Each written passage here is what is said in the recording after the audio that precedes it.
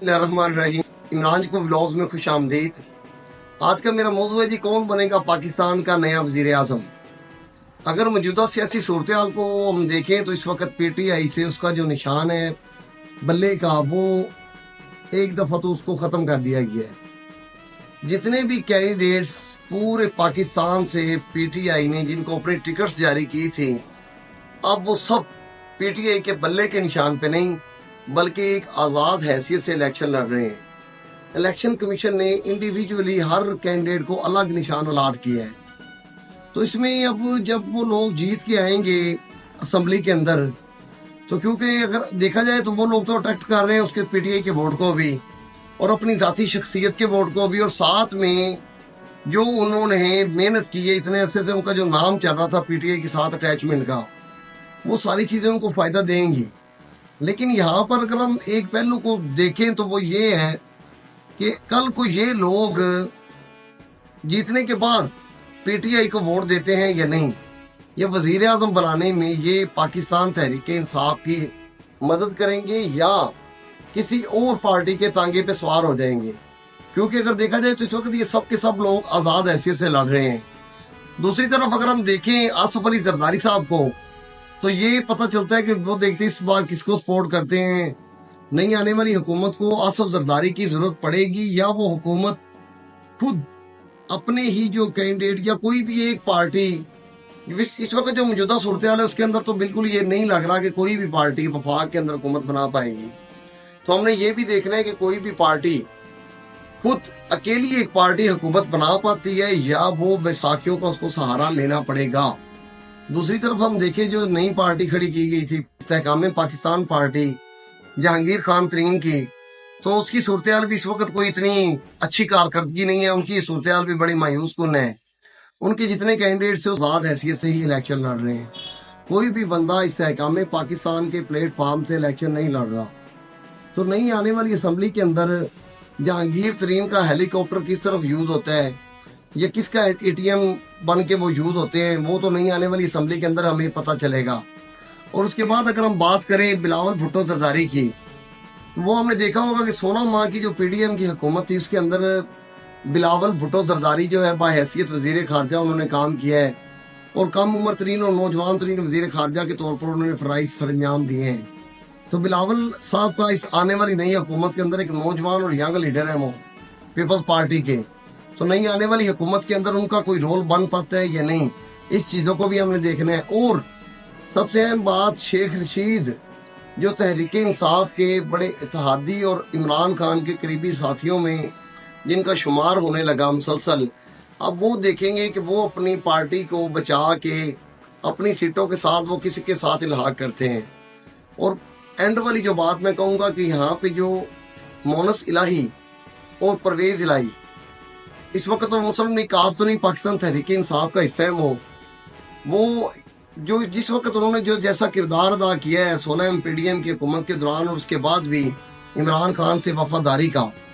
तो अब क्या वो नई असम्बलियों के अंदर भी अपनी वफादारी कायम रख पाते हैं या नहीं। ये सब वो बातें हैं जो आने वाली इलेक्टोरल असम्बली के बाद की मुतवक्को सूरत हाल है। इसमें जो सबसे खौफनाक सूरत हाल है वो पाकिस्तान तहरीक इंसाफ के लिए है कि उनके जो कैंडिडेट्स इस वक्त आज़ाद हैसियत से असम्बलियों में जाएंगे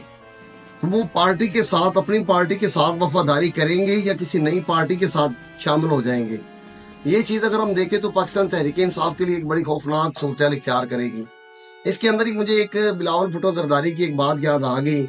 बड़ी कमाल की बात थी। अगर इस वक्त तहरीक इंसाफ के साथ मुस्लिम लीग नून को देखा जाए तो मुस्लिम लीग नून का हाल भी इतना अच्छा नहीं है, क्योंकि अवाम के अंदर कंपेन करने के लिए उनके पास फिलहाल तो कोई उस तरह की चीज़ नहीं है जिसको वो लेके अवाम के अंदर जाएं और उस चीज़ को सामने रख के अपनी कंपेन कर सकें। उनका कोई भी कैंडिडेट अवाम के अंदर जाने से घबरा रहा है। किसी में भी इतना हौसला नहीं है कि वो जाके अवाम का सामना कर सकें, आम लोगों के सवालों का जवाब दे सकें। जो हमारी कौम और मुल्क इस वक्त एक नए शऊर की मंजिल पे पहुंच चुका है, उसका सामना करना इस वक्त किसी के भी बस में नहीं रहा, सिवाय बाशऊर और अच्छा तबका जो साफ सुथरे लीडरान थे या जो साफ सुथरे सियासतदान थे وہ اس وقت بھی اپنے اپنے علاقے میں بھرپور طریقے سے کمپین کر رہے ہیں، کیونکہ اس وقت سب سے زیادہ جو خطرناک صورتحال ہے وہ ہے یوتھ سے۔ پاکستان کے جو نوجوان اس وقت اس دفعہ ان کا جو ووٹ کا حق رائے دہی استعمال کریں گے اپنا، ان کے سوالات کا جواب دینا کسی بھی سیاستدان کے لیے ممکن نہیں ہے۔ درد سر بنے ہوئے ہیں وہ سیاستدانوں کے لیے، اگر میں سیدھے الفاظ آپ کو یہاں پہ کہوں تو اس کے اندر جو موجودہ صورتحال میں بلاول صاحب کو میں نے پہلے بھی بات کرنے لگا تو مجھے ان کی بات یاد آئی، بڑی کمال کی انہوں نے کہی تھی اگلے دن، ہے تو وہ مزاحیہ۔ انہوں نے کہا تھا کہ میاں نواز شریف صاحب جو جب ان کو حکومت سے نکالا گیا تھا تو وہ کہتے تھے کہ مجھے کیوں نکالا، اب الیکٹورل اسمبلی کے بعد کہیں وہ یہ نہ کہنے لگ پائے کہ مجھے کیوں بلایا۔ میاں صاحب کی بات ہے اور کیسز کا ریلیف کا سلسلہ ہے۔ آپ نے میاں صاحب کا پرانا نعرہ سنا ہوگا کہ مجھے کیوں نکالا۔ اس الیکشن میں میرا خیال میں میاں صاحب کا نعرہ ہوگا کہ مجھے کیوں بلایا۔ اس وقت جو بظاہر صورتحال ہے وہ بھی یہی ہے ان کی کہ اس وقت وہ کمپین نہیں کر پا رہے، اپنی انتخابی ریلی کو، اپنی انتخابی معاملات کو نہیں چلا پا رہے، کیونکہ ملک کی جو سیاسی صورتحال ہے اس کو مد نظر رکھیں، اور جو اس وقت پی ٹی آئی پاکستان کی بڑی جماعتوں میں سے ایک جماعت ہے، یہ بات کسی بھی یہ حقیقت ہم جھٹلا نہیں سکتے کہ پاکستان تحریک انصاف اس وقت سب سے بڑی سیاسی طاقتوں میں سے ایک ہے، جو کہ اس کو اگر ہم دیکھا جائے تو اس کو بلے کا نشان ہی نہیں ملا، جو اس کا انتخابی نشان تھا وہ اس کے پاس نہیں ہے۔ اب اس انتخابی نشان کے بغیر نئی اسمبلیوں کے اندر کون وزیر اعظم بن پاتا ہے، کون اپنی جگہ بنا پاتا ہے، یہ نئی آنے والی اسمبلی کے بعد ہی پتہ چلے گا۔ اس ساری سیاسی صورتحال میں ایک بات تو واضح ہے ہم سب کے سامنے کہ نئی آنے والی اسمبلی اور نئے انتخابات کے بعد کوئی بھی پارٹی اکیلی حکومت نہیں بنا سکتی۔ یہ بڑی حقیقت ہے، اس وقت عیاں ہے سب کے سامنے، کیونکہ جس طرح سے مسلم لیگ نون اپنی کمپین نہیں کر پا رہی، پاکستان پیپلز پارٹی جو ہے وہ اس وقت صرف سندھ تک محدود ہے۔ اپنا کے پی کے کی بات کریں تو وہاں پہ پاکستان تحریک انصاف اس وقت اپنی بھرپور کمپین کا آغاز انہوں نے کیا ہوا ہے، اور لیکن ادھر بھی ان کو جو نشانات ہیں وہ بلے کا نہیں آزاد ہی حیثیت سے ملے ہیں،